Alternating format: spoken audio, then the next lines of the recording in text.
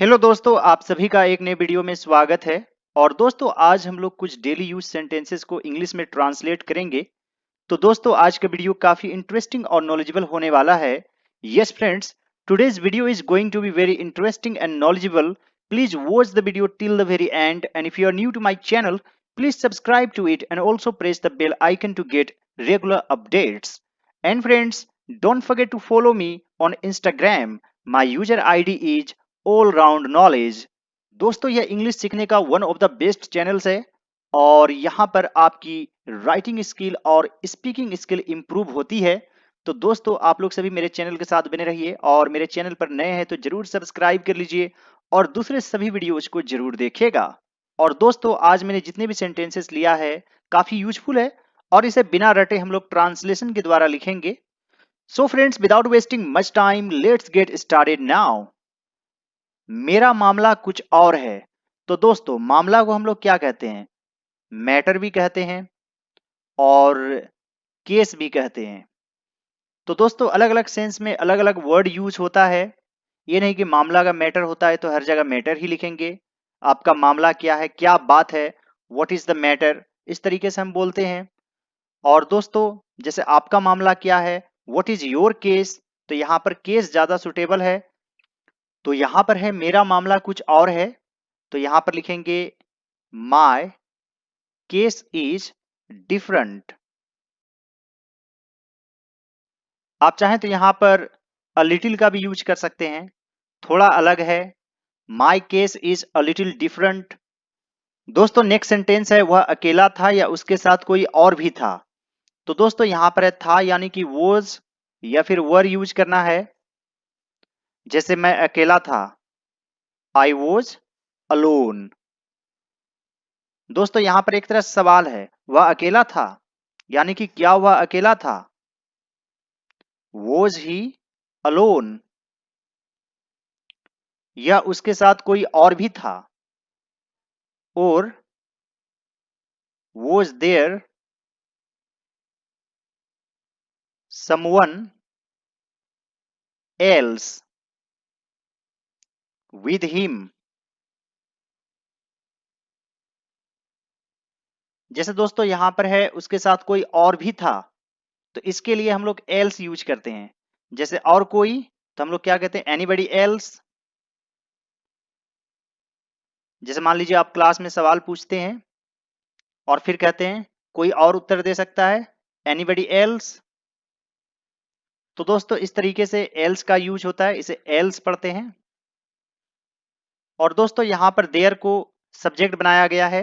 जैसे मान लीजिए आपको बोलना हो कि वहां कोई था, तो आप क्या लिखते? देयर वॉज समवन और फिर एक देयर देते, इसका मतलब वहां, और ये सब्जेक्ट है। देयर वॉज समवन देयर यानी कि वहां कोई था। तो यहां पर भी उसी तरह है, यहां पर वॉज को पहले कर दिया गया है क्वेश्चन फॉर्म करने के लिए। तो was there someone else with him, वह सीखना चाहता है, क्या गलत है इसमें? तो दोस्तों, यह बहुत ही सिंपल है और सिंपल प्रेजेंट टेंस में है। जैसे मैं जाना चाहता हूं, आई वॉन्ट टू गो, तो वह सीखना चाहता है, he wants to learn. He wants, he third person singular number है, यहां पर एज ऐड कर देंगे। आप चाहें तो यहां पर विशेष का भी यूज कर सकते हैं, ही विशेस टू लर्न। क्या गलत है इसमें? इसके लिए आप लिख सकते हैं व्हाट्स रॉन्ग। यहां पर व्हाट्स का मतलब हुआ व्हाट इज रॉन्ग।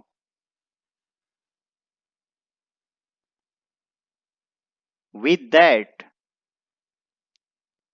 यानी आपको रॉन्ग विद यूज करना है। He wants to learn what's wrong with that. दोस्तों, आपके मन में एक सवाल होगा कि यहां पर इन इट का भी यूज कर सकते हैं, व्हाट्स रॉन्ग इन इट। तो दोस्तों, सेंटेंस के अनुसार तो लिख सकते हैं, लेकिन ये सुनने में थोड़ा अच्छा लगता है, व्हाट्स रॉन्ग विद दैट, तुम्हें उससे अच्छा लड़का नहीं मिल सकता। तो दोस्तों, यहां पर क्या एक तरह से कंपैरिजन है, यानी कंपेयर कर रहे हैं। तो यहां पर लिखेंगे you can not find a better boy than him। मैं तो बस अपनी किस्मत को कोस रहा हूं। तो दोस्तों कोसना का इंग्लिश कर्स होता है। कर्स में साप देना भी होता है और कोसना भी होता है।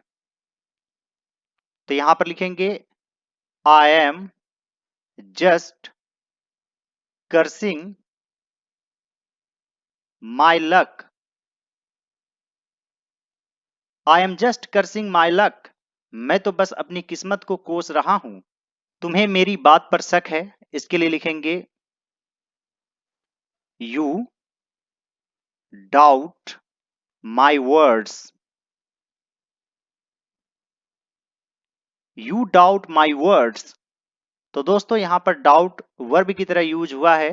जैसे मान लीजिए तुम्हें मुझ पर शक है, यू डाउट मी भी आप बोल सकते हैं। मुझे तुम पर शक है, आई डाउट यू। मुझे तुम्हारी बातों पर शक है, आई डाउट योर वर्ड्स। मुझे लगता है तुम्हें नींद आ रही है, तो यहां पर लिखेंगे आई थिंक। दोस्तों थिंक के बाद जनरली दैट का यूज नहीं करते हैं। I think you are feeling sleepy. I think you are feeling sleepy. क्या तुम मुझे घर वापस छोड़ दोगे? तो दोस्तों यह सबसे पहले किस टेंस में है? Simple future tense. जैसे क्या वह स्कूल जाएगा, will he go to school. तो उसी प्रकार है क्या तुम मुझे घर वापस छोड़ दोगे।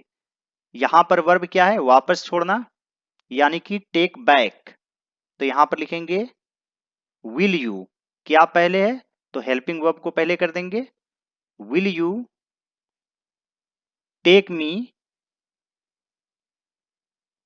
Back home. और होम के पहले कोई प्रीपोजिशन यूज नहीं करते हैं। Will you take me back home. वैसे दोस्तों किसी जगह पर किसी व्यक्ति को छोड़ने के लिए हम लोग ड्रॉप का भी यूज करते हैं। ड्रॉप, जैसे drop me at the station, मुझे स्टेशन पर छोड़ दें। मैं आप सभी का एहसानमंद हूं, तो यहां पर लिखेंगे आई एम ग्रेटफुल। और दोस्तों इसके बाद हमेशा ही टू का यूज होता है, यानी कि हमेशा होता है ग्रेटफुल टू। और इस ग्रेट का स्पेलिंग होता है GRATE। एक और ग्रेट होता है जिसका अर्थ होता है महान, तो ये वाला नहीं लिखना है। I am grateful to all of you, यानी कि आप सभी का। I am grateful to all of you. आपको यह विचार कैसे आया? तो यह किस टेंस में? Simple past tense. और इसमें हम लोग कौन सा हेल्पिंग वर्ब यूज करते हैं? डिड। कैसे का होता है? हाउ। तो यहां पर लिखेंगे how did you come up with this idea.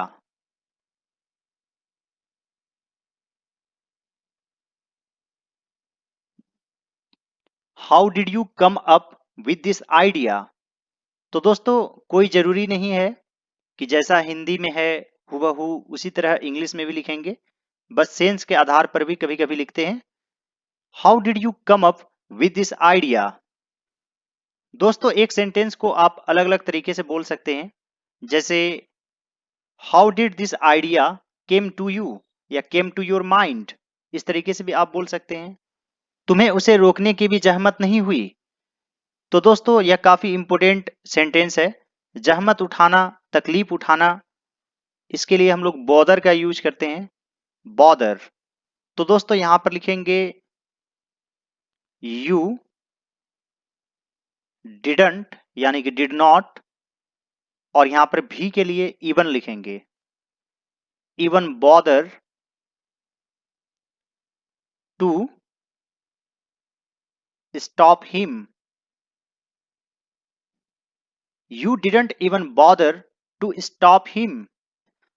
और दोस्तों आप लोगों के लिए एक सेंटेंस है, तुम्हें उसे मदद करने की भी जहमत नहीं हुई। तो दोस्तों आप लोग अपना आंसर कमेंट बॉक्स में जरूर लिखिएगा। दोस्तों नेक्स्ट सेंटेंस है वह तुम्हें भड़काने की कोशिश कर रहा है। तो दोस्तों यह किस टेंस में है? प्रेजेंट कंटिन्यूअस टेंस में है। जैसे दोस्तों मैं इंग्लिश सीखने की कोशिश कर रहा हूं, I am trying to learn English. उसी प्रकार दोस्तों यहां पर है वह तुम्हें भड़काने की कोशिश कर रहा है। तो भड़काना को इंग्लिश में कहते हैं प्रवोक। प्रवोक। इसे प्रो नहीं पढ़ना है दोस्तों, इसे पढ़ना है प्रवोक। और इससे नाउन क्या बनता है? प्रवोकेशन। काफी इंपोर्टेंट वर्ब है। वैसे दोस्तों भड़काना को आप इंग्लिश में इंस्टिगेट भी कह सकते हैं।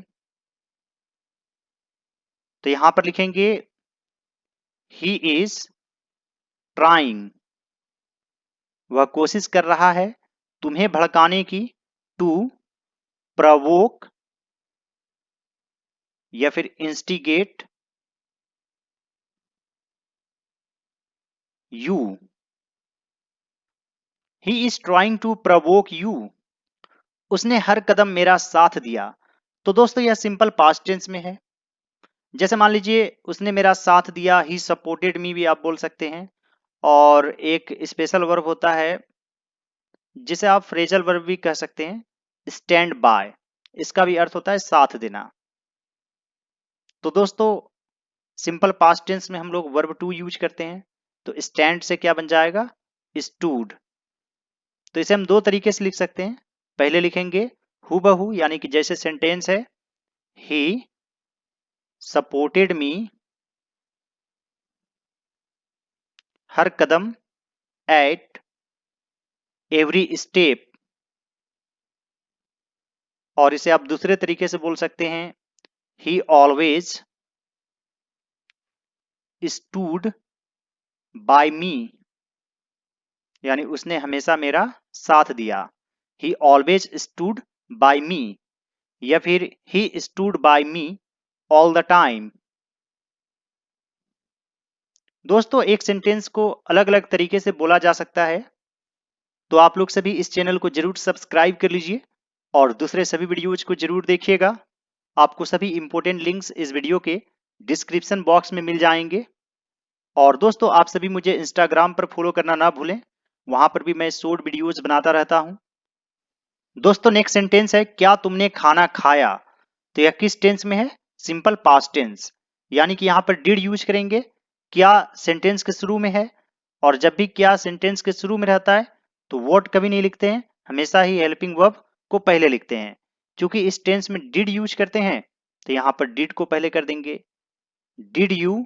दोस्तों खाना के लिए हम लोग इट भी यूज कर सकते हैं, लेकिन जनरली यह स्पोकन इंग्लिश में यूज नहीं होता है। इसके बदले हम लोग हैव यूज करते हैं, हैव योर मील। तो यहां पर लिखेंगे did you have your meal. यहां पर योर का अर्थ हुआ अपना भोजन, आप इसे नहीं भी लिख सकते हैं। डिड यू हैव मील, क्या तुमने खाना खाया? मेरा कल रात से पेट खराब है, तो यहां पर लिखेंगे आई हैव इनडाइजेशन। कल रात से, सिंस लास्ट नाइट। दोस्तों इसे इनडाइजेशन पढ़ते हैं और यहां पर च का उच्चारण होता है indigestion. I have indigestion since last night. उसी प्रकार दोस्तों इसे भी सजेशन पढ़ते हैं, सजेशन नहीं, सजेशन। आप डिक्शनरी चेक कर सकते हैं। मुझे उसके पास जाना होगा। तो दोस्तों इस तरीके के सेंटेंस में विल हैव टू का यूज करते हैं, विल हैव टू और यहां पर वर्ब। जैसे दोस्तों मुझे जाना है, आई हैव टू गो। मुझे जाना था, आई हैड टू गो। और मुझे जाना पड़ेगा या जाना होगा, I will have to go. तो यहां पर क्या यूज करना है? Will have to. तो यहां पर लिखेंगे I will have to go उसके पास, टू हिम। और गर्ल है यानी फीमेल है तो आप हर यूज कर सकते हैं। I will have to go to him. और दोस्तों आप लोगों के लिए एक सेंटेंस है, तुम्हें मेरे पास आना होगा। तुम्हें मेरे पास आना होगा। तो पास आना यानी कि कम टू मी। तो दोस्तों आप लोग अपना आंसर जरूर लिखेंगे। तुम यह कभी और देख सकती हो, कभी और यानी कि सम अदर टाइम। तो यहां पर लिखेंगे you can see it some other time.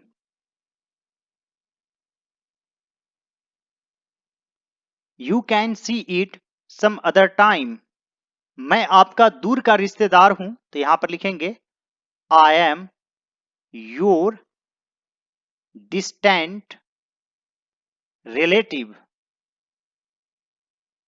दोस्तों अभी इसे रे पढ़ना है, रिलेटिव, रिलेटिव नहीं पढ़ना है।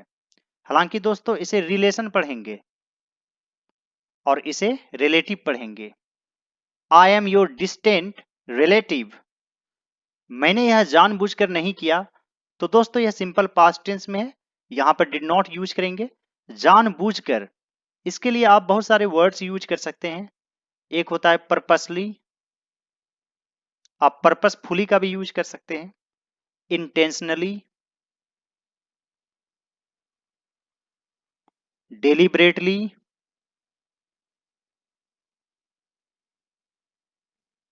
कभी कभी नोइंगली भी यूज होता है। तो दोस्तों यहां पर आप लिख सकते हैं I didn't do this intentionally.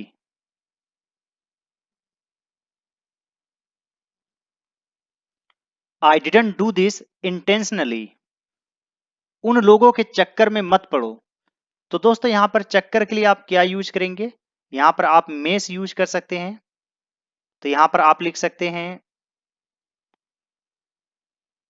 Don't get into their mess. Don't get into their mess. या फिर दोस्तों आप इस तरह से भी लिख सकते हैं don't get involved with them. Don't get involved with them. I hope friends आज का वीडियो आप लोगों को अच्छा लगा होगा। यदि ये वीडियो आप लोगों को अच्छा लगे तो इस वीडियो को जरूर लाइक कर दीजिएगा। मेरे चैनल पर नए हैं तो जरूर सब्सक्राइब कर लीजिए। और दोस्तों आप लोग सभी मुझे इंस्टाग्राम पर भी फॉलो कर लीजिए। मेरा यूजर आईडी है ऑल राउंड नॉलेज। और दोस्तों आप चाहें तो मुझे थैंक्स भी कर सकते हैं कुछ रुपयों की। आपको थैंक्स बटन इस वीडियो के नीचे मिल जाएगा। All right friends, thanks for watching, have a great day.